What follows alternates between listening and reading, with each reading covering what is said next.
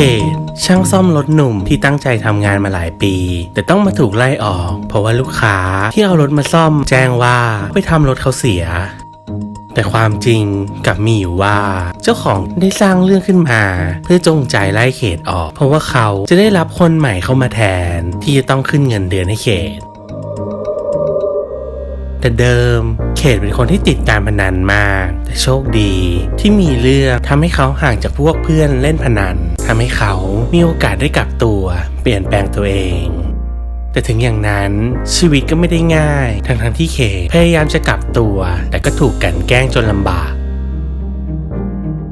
ระหว่างที่เขตกำลังคิดไม่ตกเดินกลับบ้านอยู่นั้นก็เจอกับเด็กถือลูกบอลกำลังร้องไห้เขตเข้าไปถามสาเหตุจึงได้รู้ว่าเด็กทำเงินที่แม่ฝากมาซื้อของหายเขาจึงให้เงินกับเด็กไปทั้งที่ตัวเองไม่ค่อยมีเงินเหลือหลังจากนั้นเขตจึงเดินไปกดตู้ ATM ที่กดเป็นประจำแต่ปรากฏว่าตู้นั้นก็เกิดเสียขึ้นมาทำให้เขตไม่รู้จะทำยังไงดี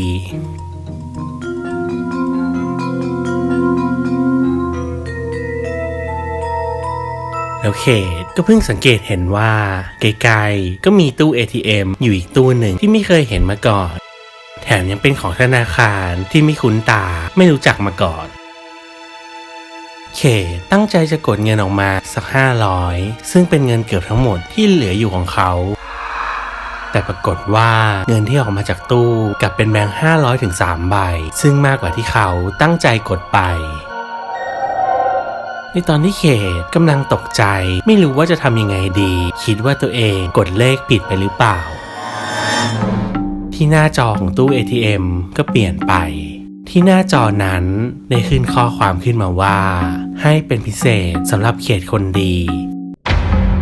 เขตถึงกับงงว่าเกิดอะไรขึ้นไม่รู้ว่าตาฝาดเพราะนอนไม่พอหรือยังไงแต่ถึงจะตั้งใจมองใหม่ข้อความก็ยังเหมือนเดิมก็ยิ่งตกใจว่าทำไมถึงรู้ชื่อของตัวเองได้และข้อความบนจอก็เปลี่ยนไปเป็นถามว่าเขายังอยากได้เพิ่มอีกไหมเขตรู้สึกไม่ดีมากๆจึงถอยห่างออกจากตู้เดินรีบกลับบ้านทันทีพอกลับมาถึงที่ห้องมดแฟนของเขตก็เข้ามาบอกว่าเจ้าของห้องมาทวงค่าเช่าที่ค้างไว้มา2 เดือนแล้วทำให้เขายิ่งเครียดเข้าไปอีกเมื่อเรื่องทั้งหลายประเดประดังเข้ามาไม่หยุดพอถึงเช้าเขาจึงรีบออกไปหางานในทันทีหลังจากที่เขตหางานอยู่ทั้งวันแต่ก็ไม่มีใครรับเขาเข้าทำงานเลยจนเขารู้สึกว่าหาทางออกไม่ได้จนถึงตอนเย็นเขตจึงได้ตัดสินใจอย่างไม่มีทางเลือกเขาไปที่ตู้ ATM นั้นอีกทันทีที่เขตไปยืนอยู่ที่หน้าตู้ ATM ที่หน้าจอก็ขึ้นข้อความทักทายเขตขึ้นมาทันทีราวกับรู้ว่าเขตจะต้องกลับมาที่ตู้ ATM นี้เมื่อเขตกดตกลงที่บนหน้าจอก็เปลี่ยนไปเป็นชุดโจทย์ตัวเลขพร้อมกับเวลานับถอยหลังที่20 วินาทีโจทย์คำถามตัวเลขนั้นถึงจะยาวแต่ก็เป็นแค่โจทย์บวกลบคูณหารธรรมดาถ้ามีเวลาหน่อยก็ตอบได้เขตเองก็ไม่ใช่คนโง่โจทย์แค่นี้สำหรับเขาตอบได้อยู่แล้วแต่เป็นเพราะว่าโจทย์ที่อยู่ก็ขึ้นมาแถมยังมีนับถอยหลังทำให้เขาตกใจจนลนลานไปหมดเขตพยายามรีบคิดจนในที่สุดก็ตอบได้ถูกตอนที่เหลือเวลาแค่3 วินาทีทำให้เขาถึงกับปาดเหงื่อด้วยความโล่งใจแล้วอยู่ๆก็มีเงินออกมาจากตู้ ATM ถึง 10,000 บาท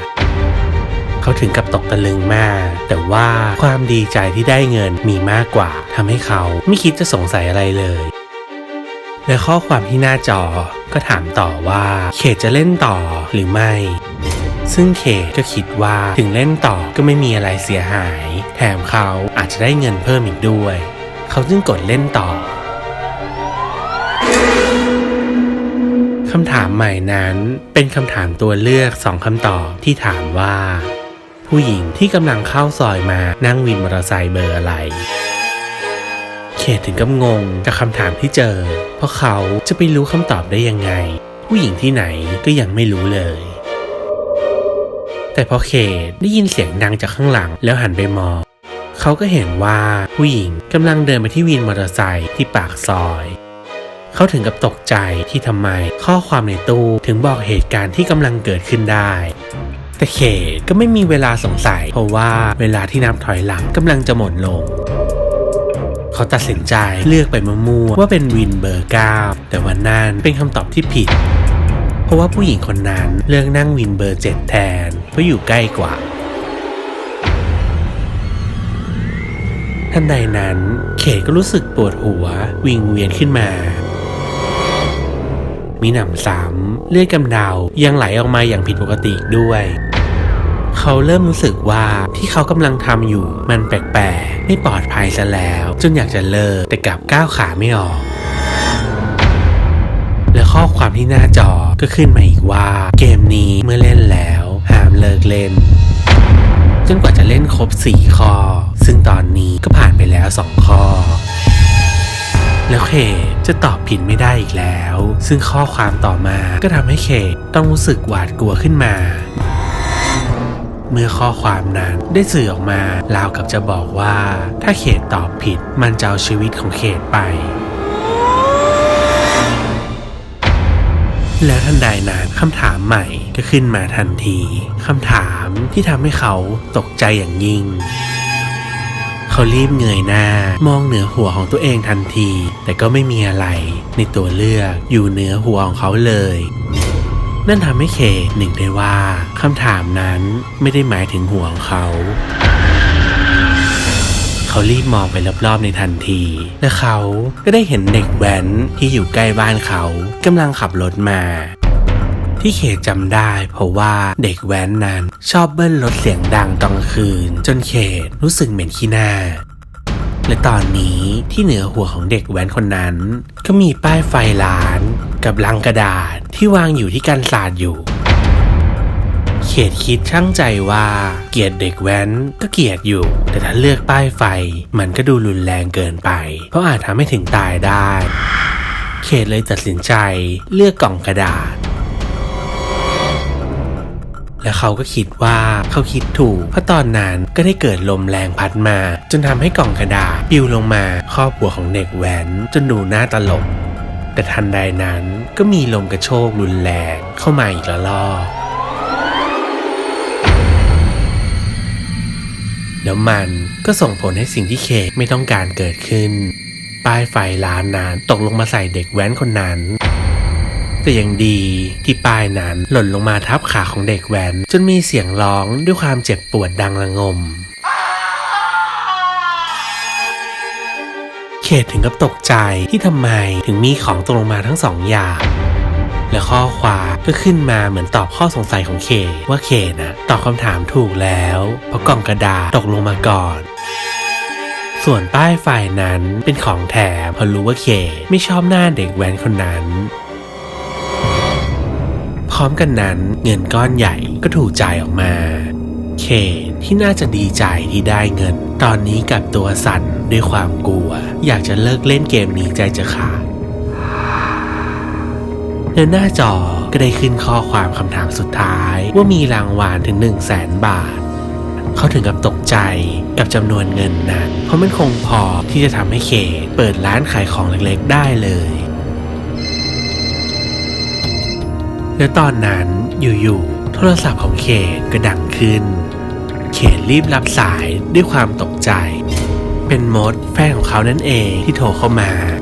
เขาเลยพยายามจะรีบคุยให้เสร็จแล้วรีบวางสายแต่ตอนนั้นเองที่ปลายสายตาของเขตกลับเหลือไปเห็นใครกำลังโบกมือให้เป็นมดที่ยืนอยู่อีกฝั่งของถนนที่บังเอิญเห็นเขตเลยโทรเข้ามาเรียกนั่นเองและทันใดนั้นคำถามสุดท้ายก็ปรากฏขึ้นบนหน้าจอใครจะถูกชนเขตหรือมดเขตตกใจกับคำถามในหัวก็คิดถึงความเป็นไปได้ที่จะเกิดขึ้นและมดก็คือคนที่มีโอกาสที่จะถูกรถชนมากกว่าเพราะตอนนี้เธอกำลังจะข้ามถนนมาหาเขตแต่ แต่ด้วยความกลัวกับสิ่งที่ผ่านมาหลังจากที่เขาตอบคำถามเคกลับได้ตัดสินใจตอบในสิ่งที่ไม่น่าเชื่อเขาตัดสินใจกดชื่อตัวเองเป็นคำตอบโดยที่ไม่ลังเลแม้แต่น้อยทันใดนั้นรถบรรทุกคันใหญ่ก็วิ่งเข้ามาด้วยความเร็วอย่างผิดปกติรถคันนั้นได้พุ่งเข้ามาหามดราวกับว่าถูกควบคุมเอาไว้ให้เธอเป็นเป้าหมายเคทที่ราวกับคาดการณ์ได้ว่าจะเกิดสิ่งที่กำลังจะเกิดขึ้นนั้นรีวิ่งออกไปช่วยมดทั้งน้ำตาในทันทีในขณะที่ข้อความบนหน้าจอก็ขึ้นมาราวกับหัวเราะเยาะเย้ยเคทอย่างน่าสยดสยองแต่ทันใดนั้นเองสิ่งที่ไม่มีใครคาดคิดก็เกิดขึ้นลูกบอลลูกหนึ่งได้ลอยเข้ามาขัดเข้าที่ล้อรถบรรทุกที่กำลังพุ่งเข้าชนมดกับเคทกับมดที่ยืนกอดอยู่ที่อีกฝั่งของถนนนั้นหลับตาปีเพราะเตรียมรับสิ่งที่กำลังจะเกิดขึ้น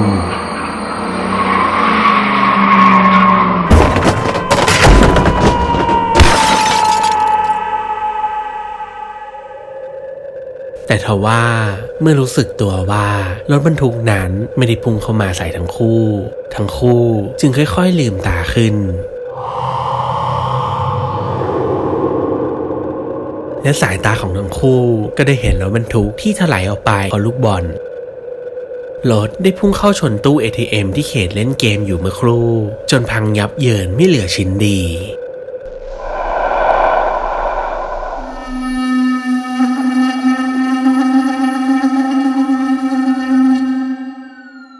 หลังจากเรื่องที่เกิดขึ้นเคทได้ลองไปสืบดูจนพบว่าตู้ ATM นั้นเป็นตู้ ATM เปล่าของธนาคารหนึ่งที่ถูกปล่อยทิ้งไว้เพราะว่ามีชายคนหนึ่งที่เป็นนักพนันมาผูกคอตายหนีหนี้ที่ตู้นี้และความจริงแล้วชายคนนั้นก็คือเสกหนึ่งในเพื่อนเล่นพนันของเคทที่เป็นสาเหตุที่ทำให้เขาเคยติดการพนันแต่อยู่ดีๆก็หายตัวไปจนทำให้เคทคิดว่าเสกนั้นหายตัวไปเพราะหนีหนี้